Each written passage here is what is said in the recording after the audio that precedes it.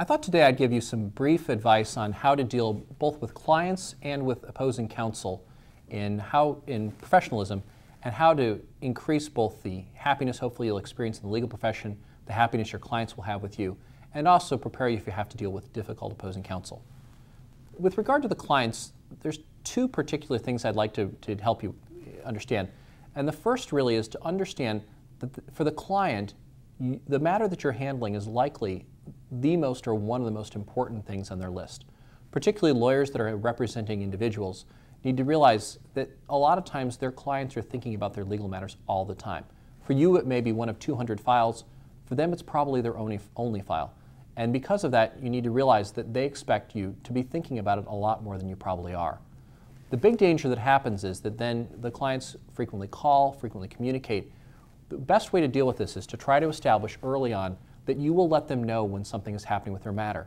Try to provide them with good guidelines. For example, a lot of times clients think, if I file a lawsuit, we'll go to trial in 30 days. They don't realize that the answer is no, it could actually be 30 months. So let them know at the outset what their expectation should be. Then make sure also that they know that you'll communicate with them as quickly as possible when something does happen. A very easy way to do this in the modern world is to talk with your clients ahead of time and say, you know, when I get something in, I will go ahead and scan and email it to you, often with a quick commentary as to what it is. And a lot of times you need to realize clients generally will not be able to understand a legal pleading or even an order of the court without some sort of explanation. So you want to say, this was a good order for us, this is helping us out, this is a bad order for us. The next point I wanted to mention with clients is make sure that when you end the matter that they know that you appreciate that they've hired you, but also make sure that they know the matter is in fact over. This will help you with client conflicts. A former client is a Rule 1.9 conflict where you can handle matters adverse to them as long as the matters are not substantially related. If it's a current client, even if the matters are unrelated, you're probably going to have to get consent. So if you send them a letter or an email at the end of the engagement saying, this is to confirm that our representation of you is now over, but also make sure it's a nice message. It's also a good time if you are at a firm or have considered surveying your clients, it's a good time to send them a brief survey and say, how do you think we did? And this may also be a time when you get quotes that you can use with other clients, or at least that you can gain some sort of monitoring ability as to how the representations are going and what you can do to improve the quality of your representation. With regard to opposing counsels, I want to again make two recommendations. The first is, when you get in a matter where there is an opposing counsel, and it can be a business transaction or it can be a litigation matter, it's often a good idea to pick up the phone and call that person and just say, hey, I've been hired by the defendant in this case, or I've been hired by the buyer or the seller or whatever, and I just want to touch base with you and talk with you about the case and what you knew about it, kind of get a sense of the case. The nice thing about this is that then the first call you have with them is a call where you are able to build a little bit of rapport.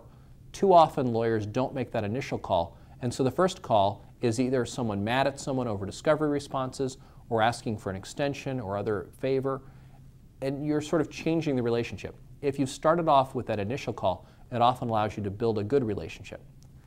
The next thing is, what happens when you have a bad opposing counsel? Someone who has done something unethical or is problematic. Two quick points for this. The first thing is, realize that often, if you're going to have to file a pleading or some sort of complaint, it is often far better to show what they've done rather than to tell what they have done. Too often lawyers start these pleadings with, my abomination of an opposing counsel did the most unethical thing I've ever seen and they should be shot for it, and then you tell what they did. What's much more effective is to say, opposing counsel did the following, and say exactly what they did.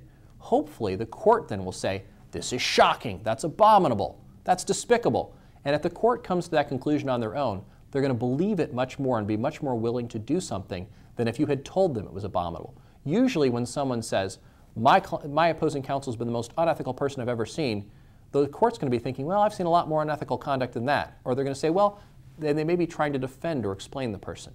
If you simply lay out the facts, the court can reach their own conclusion as to how bad it is, and you're more likely to get relief. The next thing to realize is, if you do have to go outside the process, be very careful filing an ethics complaint. And it's often good when you contact the ethics authorities to say to them, this is a pending matter, I'm opposing counsel, I believe I have an obligation under Rule 8.3 to report it, but it's often good to say, I don't expect for you to pursue it right away. That way it's very clear that you're not using it for litigation advantage, but rather you are doing it because you believe it's something you need to do. Hopefully these tips can help you get along better with your clients and also with opposing counsel. Hopefully you'll never need to actually get in a fight, you'll never get in a sanction battle, and you'll never have a client who says, what's going on with my matter?